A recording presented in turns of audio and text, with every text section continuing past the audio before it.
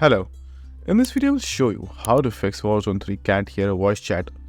So it's a very easy fix. Go to your settings panel in your Warzone, go to audio, then on the audio the first thing that you have to choose is correct headphones, and then just simply choose in the volume setting show more option, and under show more option you will have the voice chat option as you can see right over here. So just simply crack it to the max.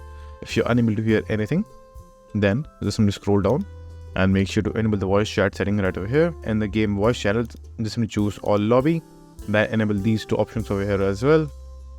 After that, in the microphone setting, if you want to keep it as push to talk, just simply do that and then click on show more over here, and you can also increase and decrease the size of your audio in this as well. But let's say if you want to keep it open mic, so choose open mic, and if you do that, make sure to make your open mic sensitivity quite high, because if you will keep this low and if you do speak, no one will be able to hear it. So just simply keep the level at least 70 or 80 depending on the people that you are playing with. And then right over here, make sure to choose the correct input device. So just simply read the input devices properly and then choose the correct one. After that, you can just simply click on this option to test your audio and see how it works.